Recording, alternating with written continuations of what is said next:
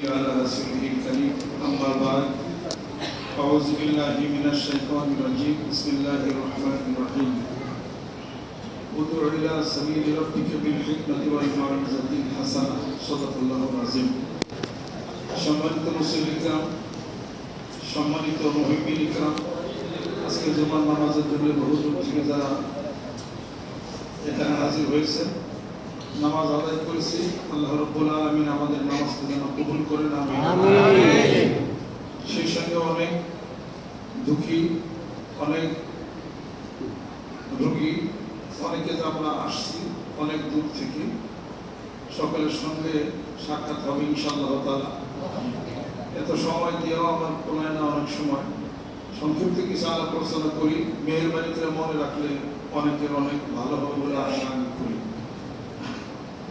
অসুখ দিয়েছেন কি আল্লাহ অসুখ নেবেন কি আল্লাহ বিপদ দিয়েছেন কি আল্লাহ বিপদ নেবেন কি আল্লাহ তবে পদ্ধতি জানতে হবে পদ্ধতি না জানার কারণে অনেকে বিপদগ্রস্ত সকলে মনে করি যদি অনেক টাকা হইতো অনেক শান্তি হইতো দেখা গেছে অনেক টাকা হয়েছে শান্তি অনেক হয় না অশান্তি হয়েছে কম টাকা যাদের ভোগ করা পারে তারা যাদের বেশি তাদের খাওয়া দাওয়া ঠিক থাকে না হিসাব করতে করতে 2 দিস্তা কাগজ ফোড়ায় 3টা কলম ফোড়ায় আর মাথার চুল সব খালি হয়ে যায় চিন্তা শরীর ঘুম কম হয় পেট গরম হয়ে যায় কোথায় একবার তার ঠিক নেই ভোগ করার কোনো সময় নেই বেশি জিনিসে শান্তি হয় না প্রয়োজনীয় জিনিসে শান্তি আসে অতিরিক্ত পরিশ্রমে মানুষের শরীর খারাপ হয়ে যায় আবার পরিশ্রম না করলে বাড়িতে বসে থাকলেও মানুষের শরীর খারাপ হয় কায়িক পরিশ্রম যতটুকু তোমার জন্য দরকার তাই তুমি করো তাহলে তুমি সুস্থ থাকবে প্রয়োজনের অতিরিক্ত খাইলে মানুষ অসুস্থ হবে আর প্রয়োজন মাফিক না খাইলে তাতেও মানুষ অসুস্থ হয়ে যাবে সারাদিন যদি কাজের মধ্যে থাকে তাও অসুস্থ হবে যদি সে রেস্ট না নেয় এই পদ্ধতি অবশ্যই আমাকে আপনাকে অবশ্যই এটা জানতে হবে দুধের মধ্যে ভিটামিন কি কি ভিটামিন সর্বপ্রকার ভিটামিন দুধে তাই না দুধে যদি সর্বপ্রকার ভিটামিন থাকে তাহলে পরে ভাত খাওয়ার দরকার নেই বুঝতে খাওয়ার দরকার নেই কিছু যেহেতু সর্বপ্রকার ভিটামিন থাকে তাহলে সকালে 1 কেজি খান দুপুরে 1 কেজি রাত্রে 1 কেজি যেহেতু সর্বপ্রকার ভিটামিন থাকে ভিটামিন বেশি খাইলে আবার সমস্যা কোন ধরনের সমস্যা আপনারা ভালো জানেন কাজে ভিটামিন একটা মাত্রা আছে অ্যারিস্টিউট এম এটা একটা ভিটামিন সেন্ট্রমজের একটা ভিটামিন ইউনিক এম একটা ভিটামিন সালফিক বি একটা ভিটামিন পিকোজের একটা ভিটামিন ডেক্স একটা ভিটামিন এই ভিটামিন যদি 3 বেলা 3টা খান তাহলে পেটে সমস্যা হবে কিনা এটা মার্জিন আছে এটা কায়িক পরিশ্রম তোমার পরিমিত ঘুম এবং তোমার পরিমিত খাবার আহার নিয়ম কানুন সব পদ্ধতি একসাথে হয়ে মিললেই না আপনি সুস্থ থাকবেন আলহামদুলিল্লাহ এই সুস্থতা দুনিয়ার হিসাব করতে এটা হলো দেহের সুস্থতা আত্মার সুস্থতার দরকার আছে না আছে আত্মার সুস্থতা হলো মেইন ফ্যাক্ট কলবে নিজের আত্মা এটা যদি সুস্থতা না থাকে অস্থিরতা বেড়ে যাবে অস্থিরতা বেড়ে গেলে ট্যানজিট খাবেন ফ্যাকজিট খাবেন এরপরে কত ওষুধ আছে ফ্রিজিয়াম আছে আপনার রিল্যাক্সিন আছে জিওলিন আছে লেক্সটোনিন আছে রিবোট্রিন আছে এত খান তারপরও ডাক্তার সাহেব সব খাইছি ঘুম আসে না কারণ কি সবগুলো খাইছি তারপরে বলো ঘুমের যত ওষুধ আছে সব খাইছি ঘুম আসে না এখন ওষুধ কি এটার ওষুধ হলে কোনো ওষুধ দিয়ে আর খাইবেন না এটা আমার কাছে আমার বড় ডাক্তার আমার পিতা ছিলেন সব ডাক্তার বড় বড় কিন্তু আমার কাছে আমার পিতা সবচেয়ে বড় ডাক্তার ডাক্তার ওনার কাছ থেকে আমি শিখছি আপা বলছেন যে যখন কোনো ওষুধে কাম হয় না তখন অর্ডার দেবে ব্যাগ ওষুধ খাওয়াই দেবে কোনো ওষুধ খাইবে না শুধু পানি খাবে সুস্থ হয়ে যাবে তাদের ঘুম আসে না ঘুম ধরে মাথা ফটফট করে কোনো কথা না সকালবেলা পানি খাওয়া শুরু করবে রাত পর্যন্ত পারবে বলবেন কি হবে তাতে কি হবে আপনার পাইলোরাস আছে তারপরে লার্জার ইন্টেস্টাইন স্মলার ইন্টেস্টাইন পানি যাওয়ার কারণে তো বৃহৎ শক্তি আছে এটাকে পিউরিফাই করবে টক্সিন ক্লিয়ার করবে টক্স ক্লিয়ার করবে এটা ক্লিয়ার করবে এবং অতিরিক্ত প্রস্রাব হবে যত প্রস্রাব হবে হালকা শরীর দুর্বল হয়ে যাবে নাকটা ঠান্ডা পাবে এবং পরে আস্তে আস্তে ঘুম আসবে। সুবহানাল্লাহ। একদিন অপেক্ষা করেন, একদিন যদি অপেক্ষা করেন। Common sense is the medical science. সাধারণ জ্ঞান এটা তো মেডিকেল সায়েন্স, চিকিৎসা বিজ্ঞান এটা। আর common sense is the uncommon thing. সাধারণ জ্ঞান একটা অসাধারণ বস্তু। এই অসাধারণ কথাগুলি আল্লাহ পাক নবী রাসূলের মাধ্যমে পরবর্তী জীবনে পৃথিবীর বুকে শিক্ষা দিয়েছেন। সুবহানাল্লাহ। সুবহানাল্লাহ। অপেক্ষাকৃত আমরা যেন মাথায় টুপি দেই, দাঁড়িয়ে রেখে নামাজ পড়ি, আমাদের ব্রেন কোল্ড কিনা, আমাদের ব্রেন ঠান্ডা কিনা, আমাদের ব্রেন ঠান্ডা। মাথা টুপি দেই, রোদ লাগে না, মেজাজ ফর্টি নেই না, 5 ওয়াক্ত নামাজ পড়ি, 5 ওয়াক্ত ওযু করি, শরীরে এমনি ঠান্ডা থাকে। আলহামদুলিল্লাহ। আলহামদুলিল্লাহ। বিদেশে যায় দেখেন, কাম নাই জাম নাই, মসজিদের মধ্যে ঢুকে সব গুলি করে মারতেছে। শুধু তাই না, নিজ পরিবারে বন্ধুকে তাই না, নিজ পরিবারে ভাই বোন আত্মীয় সবকে গুলি করে মারে। এই সমস্ত বিকৃত মস্তিষ্কের মানুষ তারাই যারা নামাজ রোজা জিকির আজকার মাথা টুপি দাড়ি এগুলোর আমল যারা করে না, তাদের মাথার ব্রেন হলো হট টেম্পার। কথা ঠিক কিনা? কোরআন তেলাওয়াত করবে, হাদিস শরীফ পড়বে, লোকটা অটোমেটিক ইসমাইল হয়ে যাবে। সুবহানাল্লাহ। যত তার অন্তরের হৃদয়ের পাল্লের মধ্যে সে আলো যাচ্ছে, থেরাপি হচ্ছে। ঘাও হয়েছে থেরাপি দেন, ক্যান্সার হয়েছে থেরাপি দেন, অন্তরের ক্যান্সার হয়েছে অন্তরের থেরাপি দিবেন না? জি। ফি কুলুবিহিম মারাদুন ফাযাদাহুমুল্লাহু মারাদা ওয়া লাহুম আযাবুন আলীমুম বিমা কানু ইয়াকযিবুন। তাদের অন্তরের মধ্যে যদি আছে ক্যান্সার হয়ে গেছে, চিকিৎসা করে না, থেরাপি দেয় না, ওই ক্যান্সারে তার মৃত্যু হতে পারে। আল্লাহ রাব্বুল আলামিন বলেন, তোমার অন্তরের ক্যান্সারের ভ্যাকসিন হলো আলা বিযিকরিল্লাহি তাতমাইন্নুল কুলুব। আমি আল্লাহর জিকির করো, তোমার অন্তরে ক্যান্সারের থেরাপি হয়ে যাবে। সুবহানাল্লাহ। আমি আবার সংক্ষিপ্ত কথা বলি। আমরা দুটা কাজ করি, একটা কাজ হলো দাওয়াত, আর একটা কাজ হলো তাবলীগ। একটা কাজ হলো দাওয়াত, আর একটা কাজ হলো তাবলীগ। উদউ ইলা সাবিল রাব্বিকা বিল হিকমাতি ওয়াল মাউইজাতিল হাসানা। এই যে দাওয়াত, আমরা দাওয়াত দেই সুন্দর ভাষায়, ভালো ভাষায়, মলিন ভাষায়, আদর দিয়া, সম্মান দেয়া, শ্রদ্ধা দেয়া দাওয়াত দেই। সেই দাওয়াত কার্যকরিত করার জন্য আল্লাহ রাব্বুল আলামিন আল্লাহ রাসূল সাল্লাল্লাহু আলাইহি সাল্লামকে বলেন, তুমি তাবলীগ শুরু করে দাও। কিসের তাবলীগ?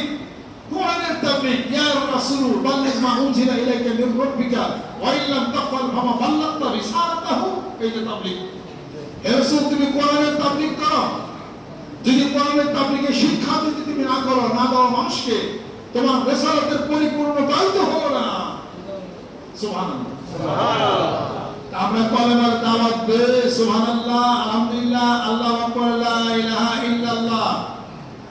আর এই দাওয়াত দেই আর কোরআনুল কারীমের তাবলীগ করি। কোরআনুল কারীমের মধ্যে আছে অকুনু মা সাদিকিন, তাবলীগ করি। সৎ ভালো ভালো মানুষের সাথে সঙ্গী সাথী হয়ে যাও। ওয়াত্তাবি সাবিলা মান আনাবা ইলাইয়া। আর তার পদাঙ্ক অনুসরণ করো, তার সঙ্গে বন্ধুত্ব করো, যেই ব্যক্তি আমি আল্লাহর সাথে সম্পর্ক প্রতিষ্ঠা করছে।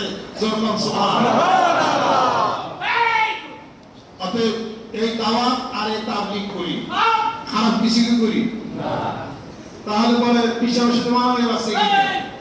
এর কি গান বাজনা হয় না? বুঝতে তো দেওয়া হয় না। পীর নামে কোনো বিদ্বেষী করা হয় না। গুরু ছাগলগিরি করা হয় না। দরবার নামে, পীর বাবার নামে এগুলো কোনো কিছু করা হয় না। নামাজ জিকির আজকার চলে, মানুষ জিকির আজকার করে এখানে। শুধু তাই না, আপনি এখানে এসে যদি বৈশা যদি পানি খাইয়েও দাও, তাও আপনি সুস্থ হইবেন। শোনেন, এই কথাটা 2 সেন্সে বললে 1 সেন্সে বলে ঠিক আছে, আর 1 সেন্সে বলে শিখবে না। আমি বলি সমাধান করি জিনিসটা, আমি দলিল দিতেছি। আপনি যদি আসেন যে পীরের ব্যক্তি গেছিলাম সুস্থ হয়ে গেছি, এটা হলো শিখবে না করি। আর আরেকটা হলো কি, এখানে হাজারো মানুষ আসতেছে, সারাদিন জিকির করবে। আমি তো মানে হাজার আয়াতুল কুরসি তো আমি নিজেই করি। তাহলে আপনি শোনেন, যিনি আয়াতুল কুরসি করেন, যিনি আয়াতুল কুরসি পড়েন আল্লাহ তার হেফাজত করেন, যিনি আয়াতুল কুরসি পড়েন তার আশেপাশের লোককে হেফাজত করেন, যিনি আয়াতুল কুরসি পড়েন তার ছেলে সন্তান হেফাজত করেন, যিনি আয়াতুল কুরসি পাড়া প্রতিবেশী হেফাজত করেন। আর জিকির যেখানে করা হয় আশেপাশে সব হেফাজত হয় জিকির আয়াতুল কুরসির কারণে। আয়া খাইলে পয়সা যায়, খাইলে পানি কিনে খাওয়া যান না, জিকিরের ধাক্কা ভাইব্রেশন লাগে ওই পানির মধ্যে, আশেপাশে পুরো পানির মধ্যে জিকিরের ধাক্কা লাগে, ভাইব্রেশন হয় না পানির মধ্যে। ভাইব্রেশন হলে পানির মধ্যে মলিকুল আছে, এটা আরো বেশি শক্তি প্রাপ্ত হবে, আরো বেশি ভেঙে যাবে। তাতে এখানে লক্ষ মানুষ সারাদিন জিকির আজকাল আয়াতুল কুরসি জিকির করছে, এটা একটা ভাব এই জায়গাতে আছে। এটা পেশাবের কারণে, এটা আল্লাহর কারণে হিসাব। যে কোনো একটা জিকির তাফসীর করে মাহফিলে যায় অসুখ বিসুখ হয়েছে, পয়সা না দেয় নাই, পয়সা জিকির শুনে সে তাফসীর শুনে আল্লাহ সুস্থ করে দিবে। পেশাবের গেদার মানে কি? এটা আল্লাহর কালামের কথা হিসাব করতে হবে। এটাই মনে রাখতে হবে। তাদের জিকির আজকাল করে, এখানে যারা করে আসেন আসেন কিছুক্ষণ থাকেন, জিকির করে, একটু পানি খাই হয়ে থাকেন, দেখ কমে নেই। ওটা আল্লাহর কালামে কমেছে, ওই পিছাবের কোনো বাধা নাই। এটা আল্লাহর কালাম কি কোনো পিস হবে? জিকির কোনো পিস না, আয়াতের কিছু কোনো পিস হবে? এটা আল্লাহর জিনিস, মনেই সেট করে নেই। আপনাদের ক্ষেত্রে কাজ করতে চাই আমরা এই কলেমার দাওয়াত দেই, সুবহানাল্লাহ, আলহামদুলিল্লাহ, আল্লাহু আকবার, লা ইলাহা ইল্লাল্লাহ, ভালো ভালো কথা বলি। আমরা কেন হলে হলে কাজে যারা কারোর সাথে বলতে যাই না। বিল হিকমাতে ওয়াল মাউইজাতে ওয়াল হাসানা, হিকমতের সাথে মাউইজাতের হাসানা, উত্তম উত্তম সুন্দর ভালো ব্যবহারের মাধ্যমে মানুষদেরকে এই দাওয়াত আমরা বাংলাদেশে পৌঁছে দিই। সুবহানাল্লাহ। আর ওই কোরআনের ওই তাবলীগের কথা বলি, জোরে বল সুবহানাল্লাহ। واصبر نفسك مع الذين يدعون ربهم بالغداة والعشي يريدون وجهه قرن الكلمة المتصلة دعوة دي شغل بقى ذكر قرآن سبحان الله بالغداة والعشي يريدون وجهه شغل بقى ذكر قرآن سبحان الله قبل طلوع الشمس وقبل الغروب بلا دوار করে বেলা دوار আগে বেলা উঠার পূর্বে বেলা উঠার পরে জিকির করো সুবহানাল্লাহ, আলহামদুলিল্লাহ, আল্লাহু আকবার, লা ইলাহা ইল্লাল্লাহ। এরপরে কোরআনে তাবলীগ করি, চার জায়গার মধ্যে কোরআনের কারিমের বায়াতের কথা আছে, সূরা মুমতাহিনার মধ্যে আছে, সূরা তাওবার মধ্যে আছে, সূরা ফাতিহার মধ্যে আছে, সুবহানাল্লাহ। জিহাদের কথা কোরআনের কারিমের মধ্যে আছে, আপনি মানেন, আপনি করেন। আমরা বায়াতের কথা আছে কোরআন শরীফের, বায়াতের কথা বলি, তাসকিয়া নফসের কথা আছে কোরআন শরীফের মধ্যে, আত্মশুদ্ধির কথা আছে কোরআনের কারিমের মধ্যে। আমরা কি মানে আমরা আমল করি না? আমরা করেন, আমরা করি, আপনি কইলেন না, মারামারি কি আছে? সমস্যা কি আছে? এটা আইসা ঝগড়া বন্ধ, মারামারি বন্ধ, যুদ্ধ বন্ধ, শান্তি প্রতিষ্ঠা করতে হবে। সুবহানাল্লাহ। আজকাল যুদ্ধ অনেক লাভ হয়েছে কি? ইউক্রেন রাশিয়া লাভ হয়েছে, তারপরে ইসরায়েলের অনেক লাভ হয়েছে। 773 দিন উপর থেকে এসে বোমা বিমান মারলো, নিউক্লিয়ার ইয়ের মধ্যে আমেরিকা অনেক লাভ হয়েছে। আমেরিকা কি হয়েছে? এটা যুদ্ধ করে কোনদিন শান্তি হয়েছে? আল্লাহ রাব্বুল আলামিন বলেন যুদ্ধ শান্তি প্রতিষ্ঠার জন্য রাসূল তোমার উপরে কোরআনুল কারীম নাযিল করেছি।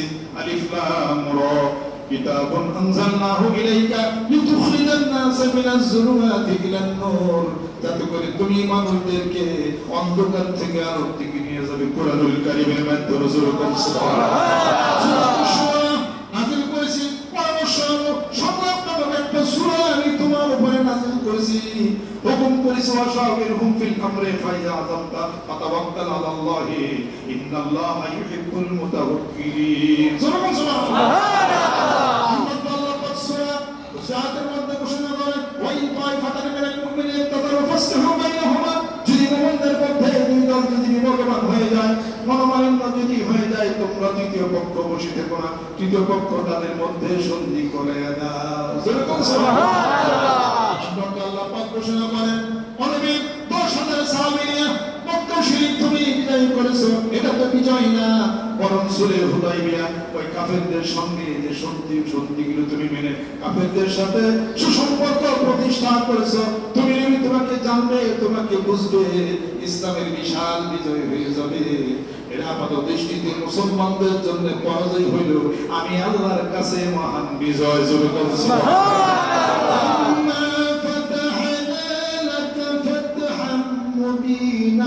ليغفر لك الله ما تقدم من ذنبك وما تأخر ويتم نعمته عليك ويهديك صراطا مستقيما وينصرك الله نصرا عزيزا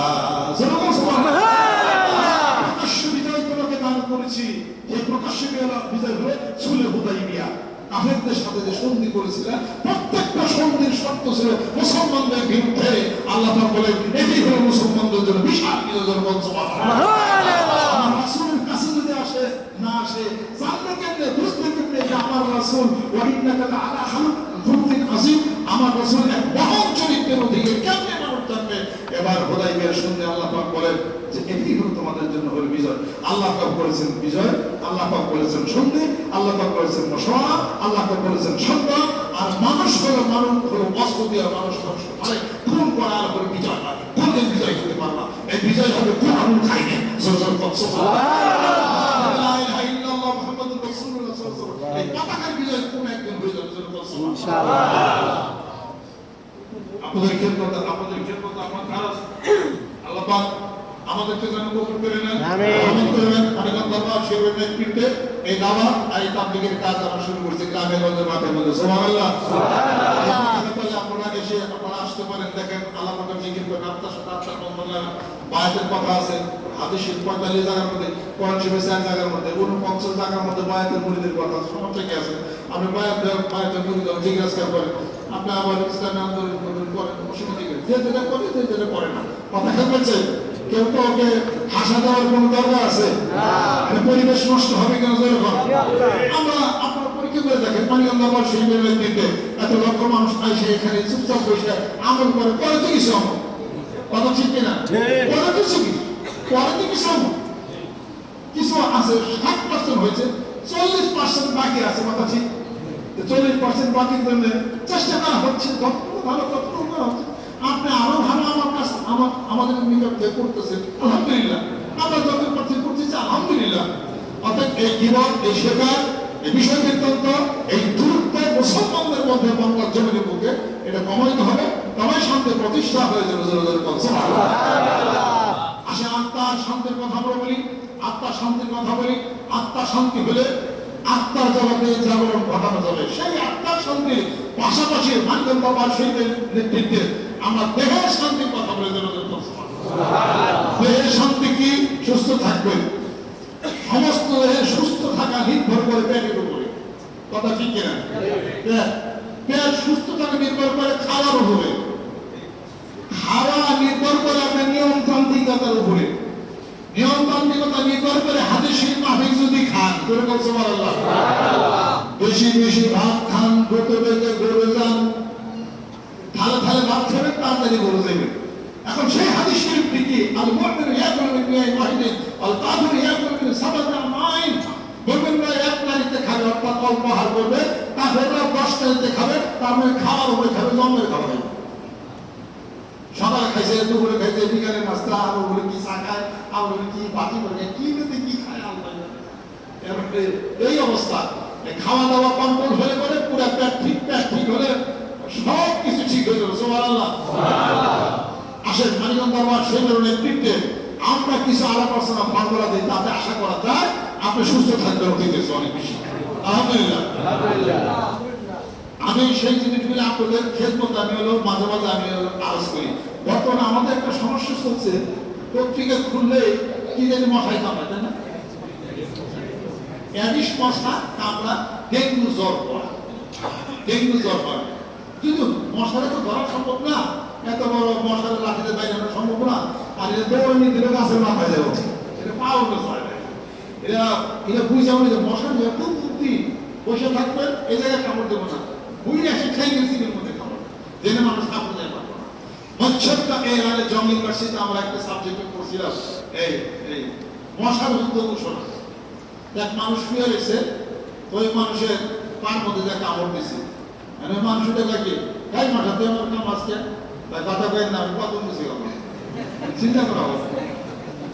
ভালো কথা কত বেশি করতে রক্ত খাইছে, আমি তো খিদা লাগছে কত বেশি করবো, গেছে রক্ত মুখে চলে গেছে।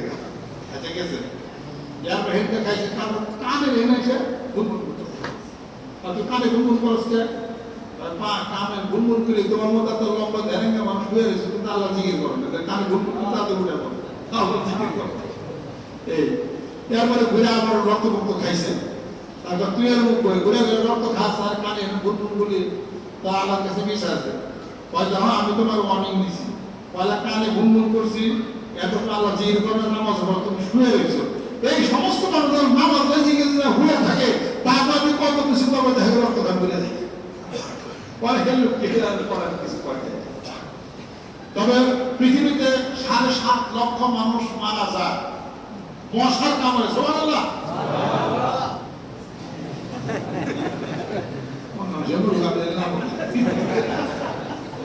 সাড়ে 7 লক্ষ মানুষ মারা যায় মশার কামড়ে।